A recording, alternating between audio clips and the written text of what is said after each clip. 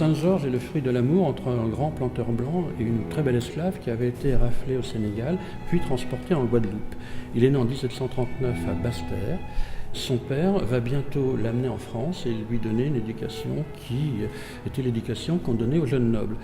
Et grâce à beaucoup de travail et un talent immense, ce très beau métis va devenir très vite la coqueluche de la société française. Il sera bientôt le meilleur violoniste et le meilleur chef d'orchestre de France et même d'Europe. Il sera considéré comme l'égal de Haydn, le rival de Mozart, le compositeur favori de Marie-Antoinette. Et il va composer 215 œuvres, ce qui est très, très honorable pour un compositeur de l'époque.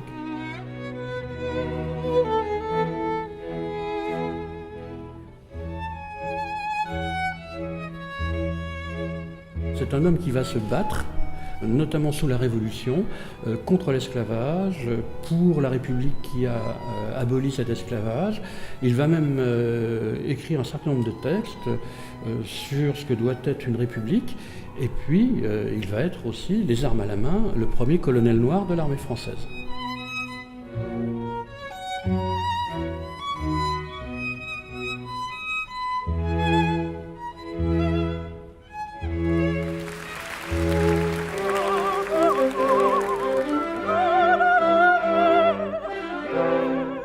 Saint-Georges a été accueilli dans ce festival qui s'est déroulé pendant tout le mois de décembre à Dakar comme un immense précurseur et sans doute mieux accueilli encore qu'il ne l'est souvent en France. Un autre moment très émouvant a été ce concert donné par l'Orchestre Paris Classique sur les marches de la Maison des Esclaves de Gorée, Maison des Esclaves, d'où sa mère est partie pour un voyage sans retour il y a 2 siècles. Et là, on a fait un pont dans le temps et dans l'espace. C'était la musique d'un noir qui sonnait comme un hommage, un souvenir et aussi un réquisitoire contre l'esclavage, écrite par un fils d'esclave.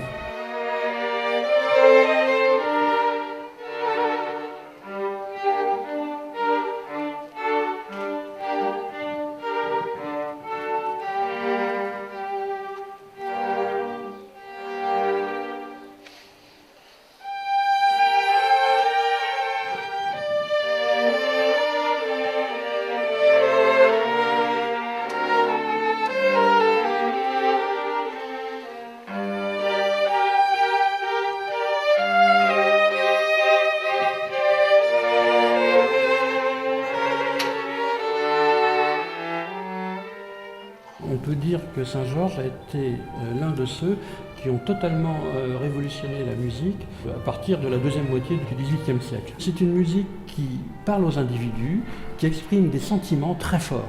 Elle est souvent centrée sur un chant unique, celui du violon, et elle va contribuer à irriguer tout le goût musical européen. Montrer à la France entière, peut-être même à la terre entière,